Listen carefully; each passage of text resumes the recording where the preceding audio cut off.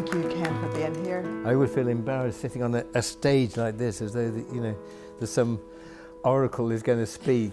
I mean, it's just me and a conversation, and I'm sure things will crop up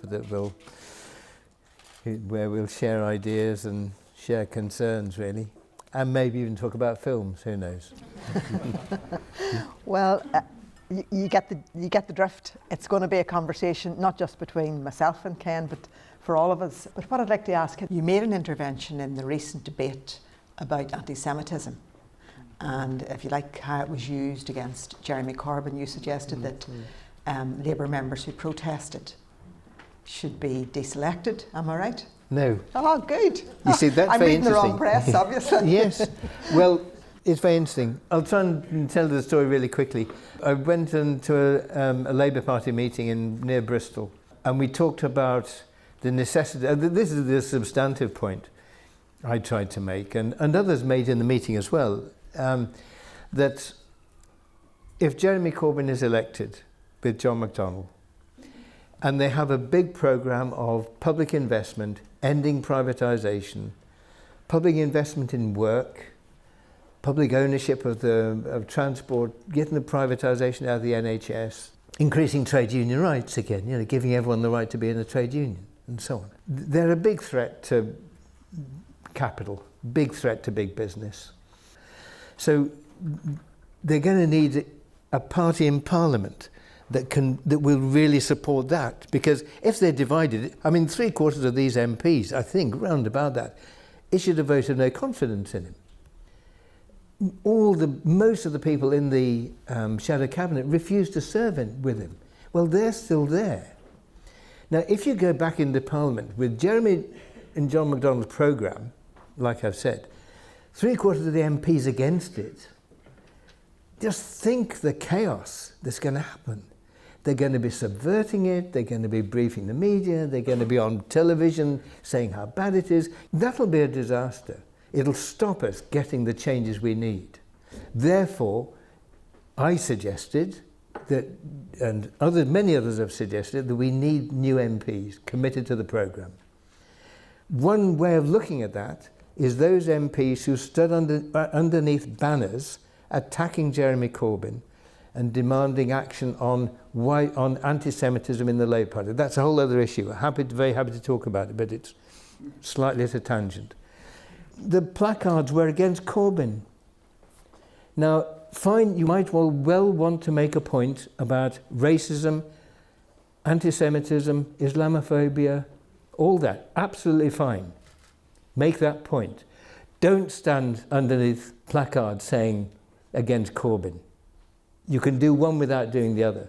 And I said Labour Party members might like to remember that when they're choosing their candidate for the next election. That was all. It was then picked up by a local paper. They included in the report that I wanted to oust any Labour member of Parliament who had been to the demonstration. The Daily Mail, no friend of Labour, picked it up, and then I say, kick out Labour MPs who have been on the demonstration. And then the next thing, then it's picked up by other newspapers, and then Barry Gardner, Labour shadow minister, no less, attacks me on Question Time on the basis of the Daily Mail, without bothering to check whether I actually said it or not. So that's the story. But I think it reveals more about the people who reported it than the substantial point that most people in the meeting agreed with. Do you oppose mandatory reselection then, or are you in support of it? I'm in support of mandatory reselection, but I wouldn't call it that really. I think we need a new system where at every election there's a slate of candidates, and at every election the party chooses a candidate for that election. So it's a routine. It's not you have to have your hands in the till to get deselected. It should be a natural democratic process, because somebody who's done quite well for 5 years, there might be somebody more committed to the programme you want to support. There might be somebody with better qualifications, somebody with a specific experience you want in Parliament. So there's all kinds of reasons why you might want to change your Member of Parliament. Not to do with something bad they've done or wicked, and it's to do with the constant regeneration of the democratic process. Being an MP is not a job for life, as people have said. It's a democratic process, and every election, every councillor, every parliamentary election, you used to say, okay, who wants to apply for the job? And maybe have a list of 5 or 6. The party nationally might say, look, there's somebody around who would be brilliant in foreign affairs, say, or brilliant in finance. If you can find a space for him, great. If not, it's your choice. So they might make a selection or 2 if it's in good faith and not about, keeping control. And then you'd have another group locally and say you have 5 or 6, and then all the members say, well, that's the one we want. That seems to me a basic democracy. Thank you. Just behind there. We in Ireland are no strangers to hostile media, and nor are you. From Cathy Come Home to Hidden Agenda.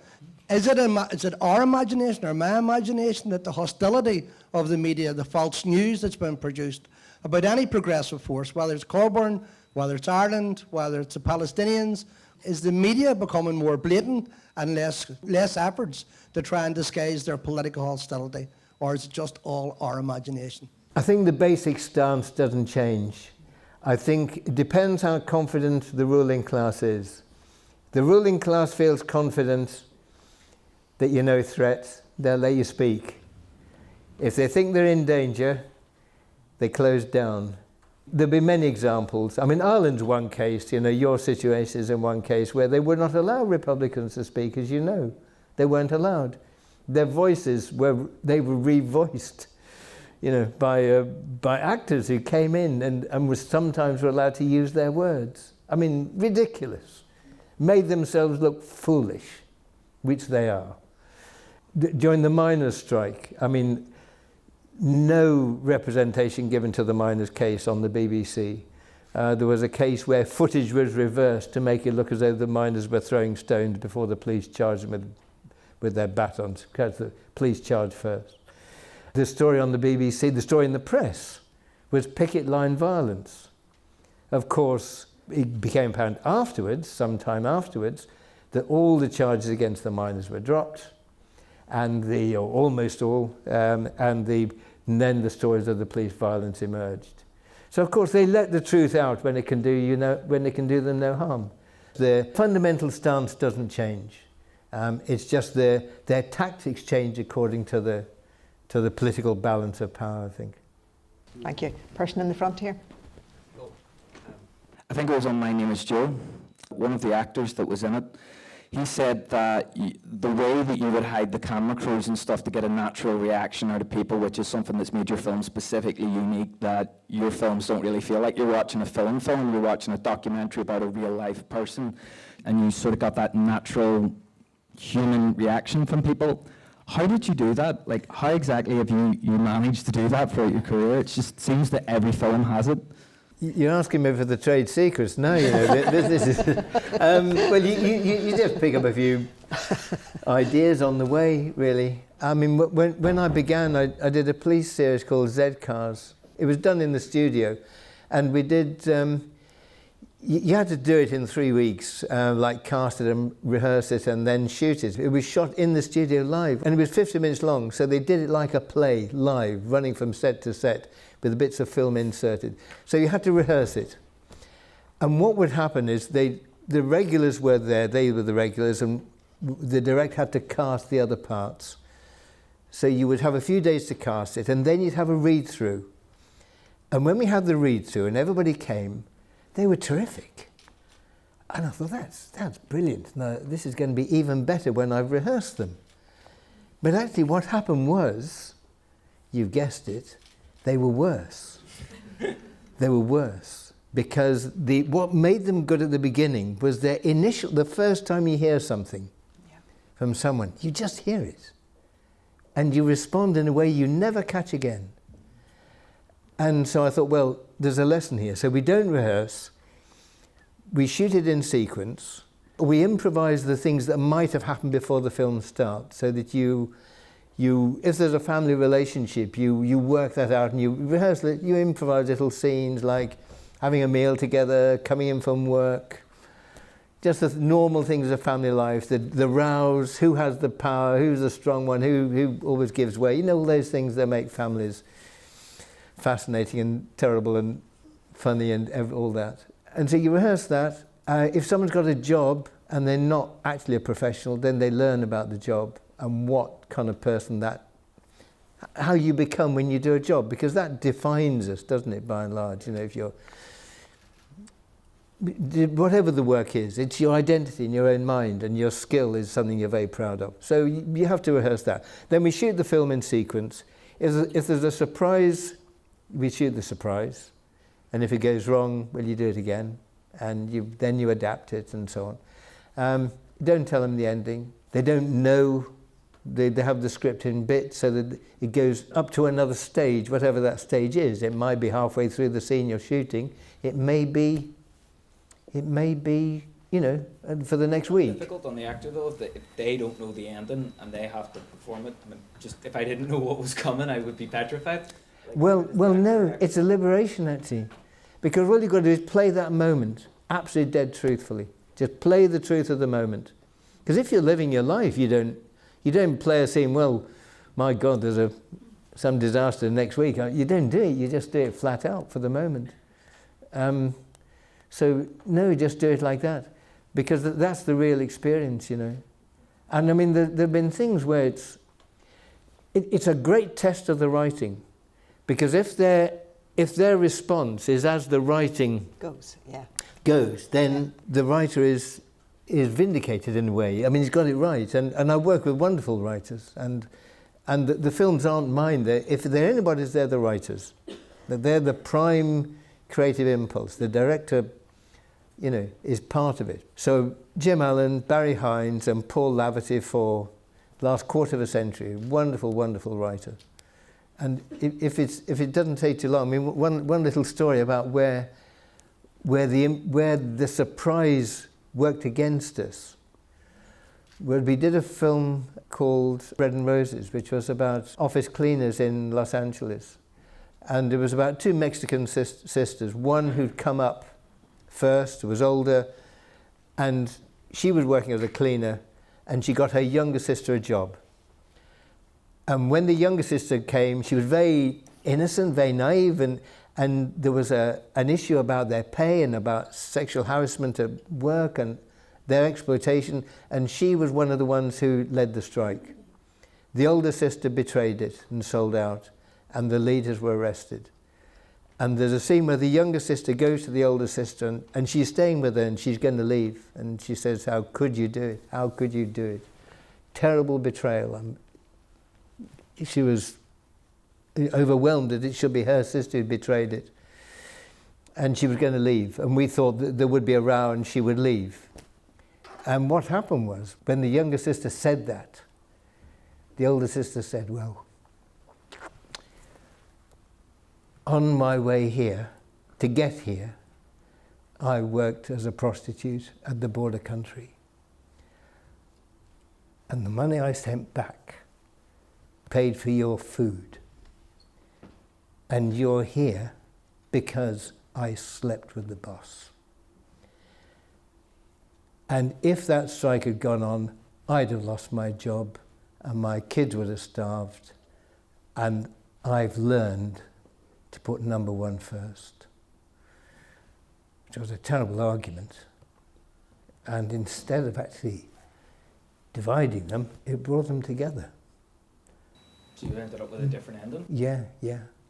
It was near the end of the film anyway. But I mean, it brought them together, and the younger one just wanted to hold her. So we just had a slight amendment to the end. It wasn't a problem. I mean, it was brilliant. Because as a director, what you've got, the most precious weapon you've got is the actor's instinct. Mm-hmm. And that's what you've got to work with. And actors are very good at adapting. And if they know everything, they suspend their instinct and they say, "Oh, I'll do what's written." But at critical moments, you know, it's really, so there are many examples, but that's one. But I mean, that's the excitement of doing it, is steering this kind of ship of the film through choppy waters, but allowing danger. And I think a sense of danger when you're filming is really important. You know, sense of danger, sense of things could go either way, a sense of volatility and not being hammered down. You know, I just want to make a comment on all our behalfs, and it was, as Ken was telling that story, the emotional drive of the story caught all of us. I could feel it in the room. And it reminds me of his comment from way, way, way back that each human drama is infused with politics. And that drama is infused with politics. And it's just so wonderful to have those films that catch our imagination and catch our hearts and make us think about why those lives are the way they are. Thank you. Back to the politics. In time of Brexit, which kind of Europe believe in? Do you think internationalism is still valid nowadays, despite the rise of nationalism in Europe, everywhere, even in Italy? I'm Italian. So, what do you think about internationalism? Socialism is still valid at the moment. There's a thesis, Small isn't it, question. and a half. Internationalism is the basic principle of all of us, of all people on the left, of socialists, of whatever we call ourselves, that we work together across nations, across continents, that the working class is one class, our interests are the same. You know, the Polish working class is the same as the Italian working class, the same as the Korean working class, the same as the British working class. We are one class, and capital will exploit wherever they can make the most money. And they'll go, they don't care what colour you are, if they can exploit your labour, if they can exploit your raw materials, if they can get control of your markets, they will be there. And that is globalisation. That's what globalisation is. The right to invest money wherever labour is the cheapest valued, that is, and sell in as many markets as possible, dominate the market share, and so on. So what's our response? Well, the European Union was, or is, a club for big business. It prioritises profit before workers' rights, before trade union rights. And its judgments have shown this, its founding documents show it, based on the free market. That's their project. If we reject that, does it mean we don't want to work with the European working class? Of course not. We need European cooperation. We need to work together, but we need a different European Union. Wholly different, based on the interests of the people, not the interests in multinational corporations. Can you change that within this structure? People say it's almost impossible. But there's disagreement about that. I mean, somebody you know, I'm sure, Yanis Varoufakis, with great experience in Greece, and look what they did to Greece. He says, please stay in and let's make common cause with other socialist movements and with other political trade unions in Europe. That persuaded me, and I voted to remain. But with that major qualification that the European Union as it stands is our enemy, is our political enemy in terms of class. I think a lot of people share that. The problem was in the referendum, you never heard that. You didn't hear that argument. I mean, it was an argument between two sides of the right. The side of the right that thought they could exploit people better if they did away with all the regulations, the environmental regulations, the union regulations, the workers' rights, the small they are, they could rip us off better. And those that representing big businesses said, no, we need to keep these markets open. It was a clash between two sides of the right. And we've got to articulate our alternative and obviously oppose the nationalism that was encouraged by the Leave voters, you know, because it was waving the Union Jack, wasn't it? It was all about Little England. And but against that, of course, we always have to stand for the principle of self-determination. So, I mean, again, nationalism, if it's simply a kind of right-wing move to defend a ruling class in one state is one thing. The right of people to self-determination is quite different, and that we support, obviously. Thank you, Ken. So it's complicated issues. It is a complicated issue, and you know, I'm glad that you clarified there. Nationalism isn't one thing. No. It's ubiquitous. It's everywhere. Yes, it's not one thing. So to distinguish between a nationalism that supports the status quo Yes. and an elite, Yes. is a different form of nationalism Absolutely. from a nationalism that is about resistance and freedom for people. Yes, absolutely, Yeah. absolutely. Sorry, there's yourself. Hi, Ken. I wanted to ask you, of all of your oeuvre, what was your favourite film and why? In a way, they're all your children, you know. So you can't have a favourite one. And the ones because you remember the process. I mean, you remember the people you met, the people you worked with, and the daft things that happen, and the mistakes you make, and you remember the process. And often the ones that don't work quite as well, you feel more responsible for. So you have more an affection for the ones that just missed. Or missed by a long chalk. So no, you can't have favourites, but good memories of all of them really. I mean, making the films, I'm sure there are many projects that people work on have the same quality, but you're a group of strangers often who come together for a few months and get to rely on each other, have to rely on each other. And I mean, I've been lucky because we have a group of friends who, you know, I've worked with for many, many years now. But nevertheless, it's still like a family reconvenes, and been hugely lucky, and you know, to have that support and meet great people on the way. So it's been an extraordinary privilege that you don't give up easily. Though probably you should. Claire, you want to ask something? Go ahead. Can you tell us about your next project? Are you in a position to do that? Not really, no. Well, it's bad luck, you know. I mean, we thought we wouldn't do one really, and then Daniel Blake seemed to go okay. We got through it okay, and anyway, the idea thought maybe we should have another go, but you know, when they say in industrial disputes, common sense prevails. Well, common sense didn't prevail in this, and we're going to have another go, but it'll be very small, really. Don't expect too much, please. I suppose one of the things I was thinking of as I'm listening to you, Ken, is that there are things to be learned here about class unity.